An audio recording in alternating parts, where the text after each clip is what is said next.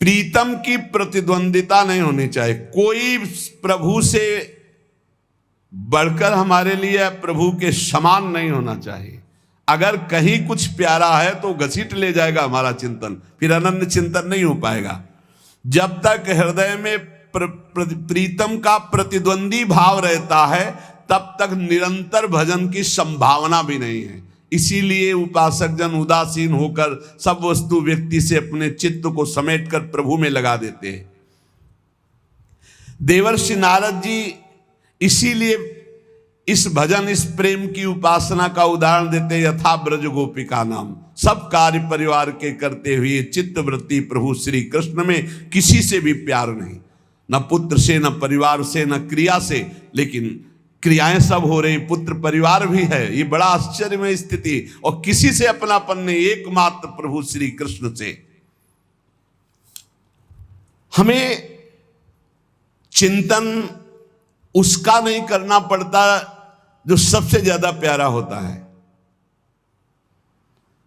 उसका कभी चिंतन नहीं करना पड़ता, स्वाभाविक चिंतन होता है। जैसे शरीर का कौन बैठकर ध्यान करता है, कौन नाम जप करता है, कौन चेष्टा करता है शरीर, और कब भूलता है? कभी नहीं भूलता। पूज्य श्री भाई जी हनुमान प्रसाद पोद्दार जी महाराज के वचन, जो सबसे बढ़कर प्रिय होता है उसकी स्मृति करनी नहीं पड़ती, स्वाभाविक होती। जैसे शरीर की इतनी प्रियता बढ़ गई है कि इसको हम कभी नहीं भूलते। मैं में इसको हमने समाहित कर लिया, मैं शरीर हूं, ये जपते नहीं है, स्मृति में हर समय बना रहता है। सब लोग बैठे हो देख लो, ज्ञान की बातें करने की बात अलग की कि मैं शरीर नहीं, में पांच भौतिक ढांचा है, लेकिन अंदर से देखो, अंदर से पूरा शरीर राग बैठा हुआ, मैं ही आरोपित हो गया शरीर में, अंतःकरण में मैं ही आरोपित हो गया। लेकिन प्यारे तुम भूल कर रहे हो, जो शरीर का भी आधार है वो प्राण, और जो प्राणों का आधार है वो आत्मा, और जो सबकी आत्मा है वही परमात्मा है, वही ईश्वर है। लेकिन उसकी तो स्मृति नहीं हो रही। शरीर का आधार प्राण, प्राणों को भी जो प्रकाशित कर रहा है वो कौन? आत्म तत्व। और जो सबकी आत्मा है वो कौन? बोले श्री कृष्ण, श्री हरि, प्रभु। तो क्या प्रभु की ऐसी स्मृति चलती जैसी शरीर की स्मृति? कभी हम भूलते नहीं, कभी हम स्मरण करने का प्रयास नहीं करते, हर समय स्मृति में रहता शरीर, क्योंकि बहुत प्यारा है। और इतना प्यारा है कि इसे मैं से हमने जोड़ लिया, मैं स्त्री, मैं पुरुष, बस इसी में राग शरीर में।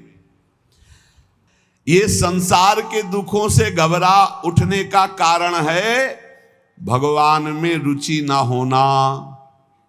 पक्का ये घबरा जो उठते हैं ना, दुख नाम से भयभीत हो जाते हैं, निंदा के नाम से भयभीत हो जाते हैं। अगर बहुत मान प्रतिष्ठा है तो हर समय भयभीत रहता है अपनी निंदा के लिए, कहीं निंदा ना हो जाए। बहुत धनी है तो हर समय कहीं धन खो न जाए, हमारी पोजीशन। अरे बहुत भय है। जिनकी भगवान में रुचि नहीं है वो संसार में दुख, चिंता, भय, शोक से घबराते रहते हैं। देख लो, वो डरते हैं कि कहीं हमारी सोच के खिलाफ कोई विधान न रच जाए भगवान का, कहीं कोई कठोर आघात ना हो जाए। लेकिन आप यदि भगवान की शरण में हैं तो घोर दुख, कठोर आघात भी महासुख स्पर्श कराता है। ये वही भक्त जानता है जो चित्त जोड़े है प्रभु में। भगवान का प्रेमी भक्त बड़े से बड़े प्रतिकूल सूचना में भी, घटना में भी वो भयभीत नहीं होता।